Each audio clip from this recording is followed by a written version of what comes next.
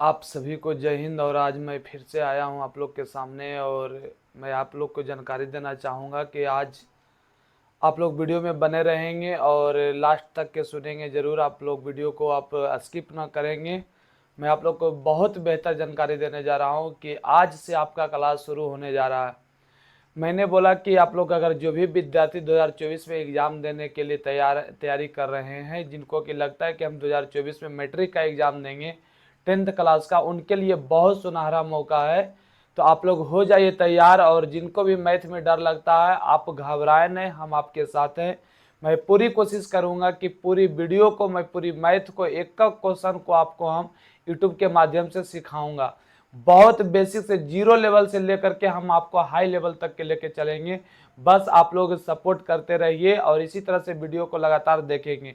आप जब भी वीडियो को अगर आप देखना चाहेंगे, जब भी आपका वीडियो रोज 7 बजे के आसपास यानी कि आपका वीडियो अपलोड कर दिया जाएगा, तो जब भी आप वीडियो को अगर देखेंगे तो आप कलम और कॉपी लेकर के जरूर बैठिएगा।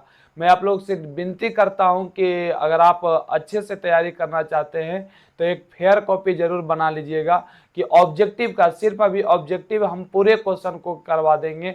यानी एक से लेकर के पहला चैप्टर से लेकर टोटल 15 चैप्टर है, सारे चैप्टर को हम आपको करवाने जा रहे हैं ऑब्जेक्टिव क्वेश्चन। तो हो जाइए तैयार और कलम उठा लीजिए, और आप लोग को बेहतर रिजल्ट के लिए आप लोग तैयार रहेंगे। मैं आप लोग के साथ हूँ। मैथ में तो खैर आपको दिक्कत होने नहीं देंगे, इतना भरोसा रखिएगा। अगर भरोसा है तो आपको घबराना नहीं है, आपका निश्चित आपका रिजल्ट होगा। तो चलिए ज़्यादा बातें नहीं करते हुए आप लोग को मैं स्टार्ट करता हूं कि जैसा कि आप सभी को पता है कि पहला चैप्टर होता है वास्तविक संख्या। अध्याय 1 में वास्तविक संख्या पढ़ना है। तो मैं आप लोग को बताने जा रहा हूं कि अगर वास्तविक संख्या पढ़ना है तो सबसे पहले हम इसका बेसिक बताएंगे। कह रहा है ना कि जीरो से लेकर के हम हाई लेवल तक के आपको क्वेश्चन को बताएंगे। तो आप पहले वास्तविक संख्या के बेसिक को समझिए, समझ जाएंगे, उसके बाद हम ऑब्जेक्टिव क्वेश्चन देंगे, उसको आपको बनाने के लिए भी कहेंगे, होमवर्क भी देंगे। आप लोग वीडियो में रहिएगा लगातार जुड़े हुए, आपको होमवर्क भी मिलेगा और आप आसानी से, मैं दावा करता हूं कि आप आसानी से होमवर्क को बना लेंगे। तो चलिए चलते हैं और बताते हैं कि वास्तविक संख्या के बारे में क्या हमें सीखना है चैप्टर में, जो कि हम सारे नॉलेज आपको दे रहे हैं।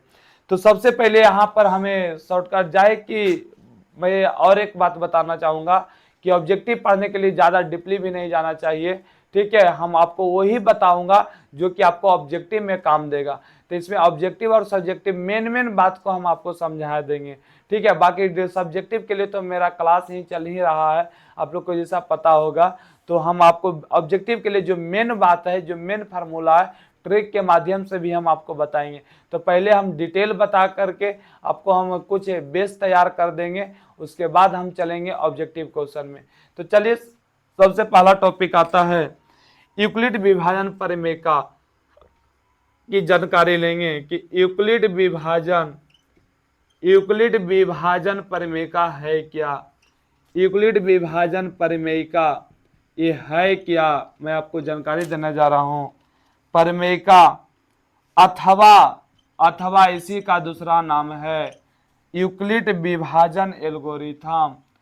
यूक्लिड विभाजन यूक्लिड विभाजन अगर दिखाई नहीं दे रहा होगा तो आप लोग ऑडियो को जरूर सुनेंगे। तो यूक्लिड विभाजन एल्गोरिथम, एल्गोरिथम बोला जाता है।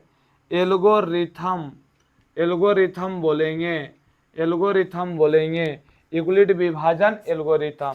इसका हमको जानकारी अभी जस्ट चाहिए, हम अभी आपको समझाएंगे। बहुत भी आई चीज़ है पहला चैप्टर के लिए।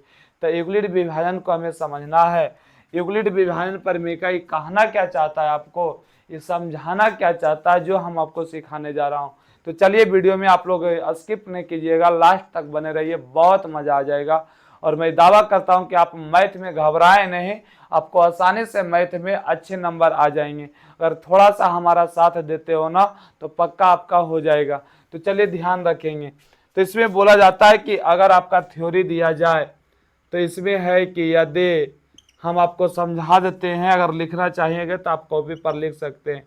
यदि ए और बी अगर कोई संख्या रहे तो बोला जा रहा है ए और बी धनात्मक पूर्णांक, धनात्मक पूर्णांक, धनात्मक पूर्णांक हो, धनात्मक पूर्णांक हो, कौमा तो तो तो अद्वितीय पूर्णांक, अद्वितीय पूर्णांक, अद्वितीय पूर्णांक Q और R, Q और R इस प्रकार होते हैं कि, इस प्रकार होते हैं कि, इस प्रकार होते हैं कि, चलिए आपको कहना क्या चाह रहा है ये समझिएगा, ध्यान दीजिएगा। कर रहा है यूक्लिड विभाजन में अगर दो को कर रहा है कि यदि a और b दो धनात्मक पूर्णांक हो तो अद्वितीय पूर्णांक q और क्या रहे, r रहे। इस प्रकार होते हैं कि, इस प्रकार होते हैं कि, तो किस प्रकार भाई जी हमें समझना है, किस प्रकार रहेगा, कैसे क्या करना है। तो छोड़िए इसकी बातों पर नहीं आएंगे, हम जो समझाने चाह रहा हूं उसको ध्यान दीजिएगा कि किताबी कीड़ा है, किताबी बातें हैं, किताबी बातें में ऐसा लिखा हुआ, तो किताबी बातें आपको ध्यान में नहीं रखना, हम जो बोल रहे हैं उसको ध्यान रखना। तो चलिए इसको हम हटा देते हैं। अगर यूक्लिड विभाजन की अगर बात मानना है ना तो आप सीधा सीधी समझिएगा कि यूक्लिड विभाजन का क्या नाम था, आप लोग सुने होंगे और समझिएगा कि जब आप भागा बनाते होंगे तो भागा बनाते होंगे तो यहाँ पर भाज्य रहता है बाबू, और यहाँ पर भाजक होता है, यहाँ पर भाजक होता है, और यहाँ पर भागफल है, और नीचे बउआ शेष और शेषफल होता है। शेष या शेषफल इसी को बोलते हैं, शेष या शेषफल बोलते हैं, ध्यान दीजिएगा। यही कहता है यूक्लिड विभाजन, इसी पर नियम लागू है, ध्यान देंगे। कह रहा है कि भाजक जो है भाजक से भाज्य में भाग देंगे तो निकल के आएगा भागफल और कौन चीज, शेष या शेषफल, ध्यान रखिएगा। तो आप लोग को मैं समझाना क्या चाह रहा हूं, यूक्लिड विभाजन पहले ऐसे किया था कि चलो भाजक से भाग देंगे भाज्य में, तो यहाँ आता है भागफल, अब बटा शेष या शेषफल, ये पैदा होता है, ये दोनों क्या होता है, पैदा ले लेता है ये दोनों से। तो भाजक से भाग देंगे भाज में तो दो को का जन्म होता है, भागफल और किसका, शेषफल को। तो अब कैसे जानेंगे कि भाजक और भाजफल कैसे क्या है, तो यहाँ पर ध्यान रखिएगा कि देखो बाबू, अगर यहाँ 3 में 2 से भाग देंगे तो एक बार में लगेगा यहाँ 1, तो ये हो गया भाजक, ये हो गया भाज, ये हो गया भागफल, और नीचे हो गया शेष या शेषफल। तो आपको यूक्लिड विभाजन कहा था क्या, ये चीज नहीं बोला था, वो बोलना क्या चाह रहा है आपको ये समझिए। अब हम जिस मुद्दा पर हम आपको लाए हैं उसको हम समझाते हैं, ध्यान रखिएगा। तो कहा था कौची यूक्लिड विभाजन ने, यूक्लिड विभाजन बोला था क्या, जो समझिए।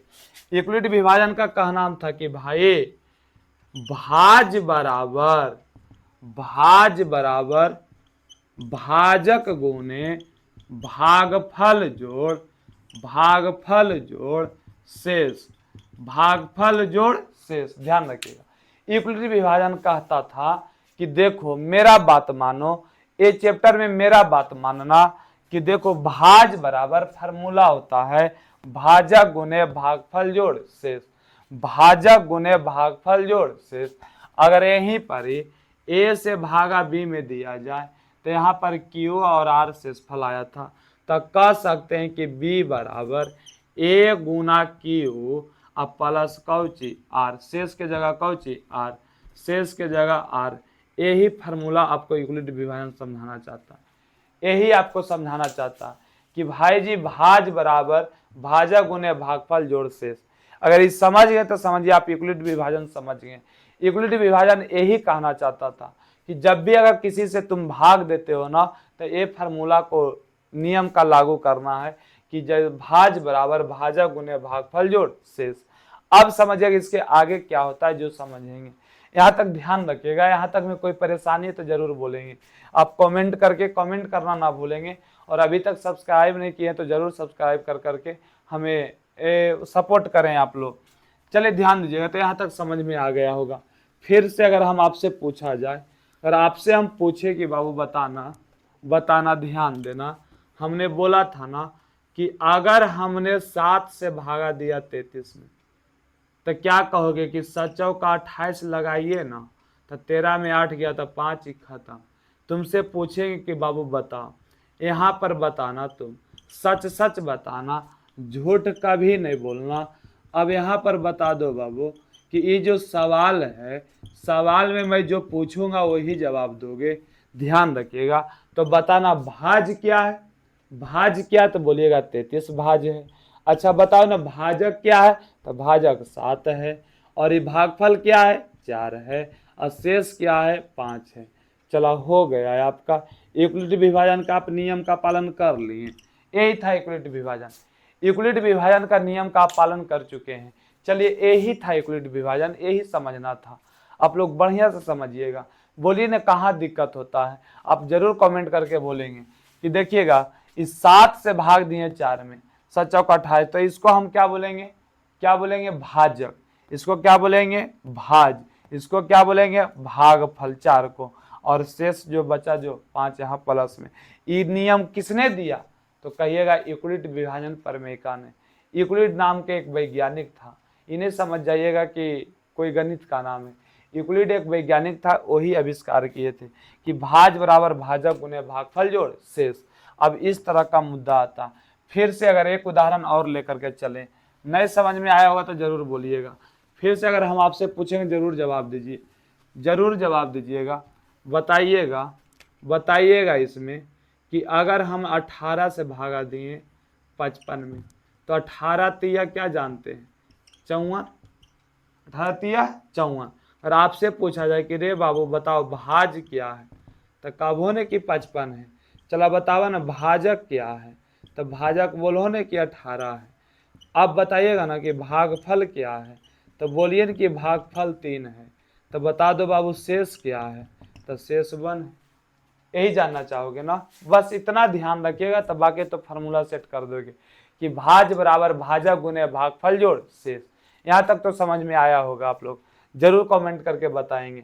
फिर से अगर हम पूछेंगे, अगर इसको सेट किया जाए तो भाज बराबर क्या कहोगे, यूक्लिड विभाजन के नियम के अनुसार, तो भाज बराबर भाजक गुने भागफल, भाजक गुने भागफल और जोड़ क्या कहेंगे शेष। ये फार्मूला आप लोग जानते होंगे। तो भाज के जगह 55, भाजक के जगह 18, भागफल के जगह 3 और शेष के जगह 1। यही आपका यूक्लिड विभाजन का कहना था, यही नियम था भाई। बोलिए ना कि कैसा लग रहा है आप लोग को, अगर अच्छा लग रहा है तो कमेंट जरूर करेंगे। चलिए यहाँ तक समझ में आया, यहाँ तक समझ में आया तो कमेंट जरूर करेंगे। आगे बढ़ते हैं, चलिए ध्यान दीजिएगा। अभी छोटा छोटा बात, हम ऑब्जेक्टिव की ओर लेके चलेंगे ना, तो आप चुटकियों में बनाएंगे, ऐसे करिएगा आंसर आ जाएगा, चुटकियों में आपका आंसर आएगा। ये चीज ध्यान रखिएगा। जब हम आपको क्वेश्चन पर लेके चलेंगे इतना बेसिक के साथ ना, तो आपको मजा आ जाएगा। इतना ध्यान रखिएगा, कहीं परेशानी नहीं होगा, हम आपके साथ हैं ना। खाली बस सब्सक्राइब नहीं किए तो जरूर कर करके हमें सपोर्ट करेंगे आप लोग। चलिए ध्यान दीजिएगा। फिर से अगर पूछा जाए कि बोल बाबू 2 से भागा हमने 12 में, सॉरी 13 में दे दिया, तब बताना, तो 6 दूनी कौची 12। अब बताओ कि भाजक 2 हो गया, भाज ये हो गया, भागफल ये हो गया और शेष ये हो गया। तो देर किस बात की, लगा दो ना यूक्लिड विभाजन। यूक्लिड विभाजन का बात मान लो ना, तो भाज बराबर होता है भाजक गुने बाबू भागफल जोड़, भागफल जोड़ क्या कहोगे शेष, भागफल जोड़ शेष। तब फिर से बोलो ना हमारे साथ साथ कि भाज भैया 13 हो जाएगा, भाजक बाबू 2 हो जाएगा, भागफल बाबुआ 6 हो जाएगा, शेष कितना 1 हो जाएगा। बोलिए ना समझ में आ रहा है कि नहीं, बोलो ना अभी तक यूक्लिड विभाजन समझ में आया कि नहीं। यूक्लिड विभाजन यही सिखाना चाह रहा था आपको कि यूक्लिड विभाजन के मतलब क्या, तो सीधा सीधी भाज बराबर भाजक गुने भागफल जोड़ शेष। और डिटेल है इसमें तो मुझे माफ कर दीजिएगा। अभी चेक कर रहे हैं कि क्या वीडियो सही से जा रहा है कि नहीं जा रहा है। आप लोग कमेंट करके जरूर बताएंगे। इसके अगली वीडियो हम कल अपलोड करेंगे। तब तक आप लोग देखते हैं कि इसका कितना सपोर्ट करते हैं, कहाँ तक शेयर करते हैं। अगर आपका आज अगर वीडियो सही लगा ना और कमेंट अगर अच्छा आया ना, तो मैं लगातार वीडियो डालूंगा। तो आप लोग हमें जरूर सपोर्ट करेगा। क्या ऑब्जेक्टिव चाहिए कि नहीं चाहिए, अगले दिन बहुत मजा आएगा। काहे कि आपका ये बहुत आगे कुछ टॉपिक बढ़ जाएंगे। उसके बाद 2024 में एग्जाम देना है, तो अभी से तैयारी में हम लोग को लग जाना है।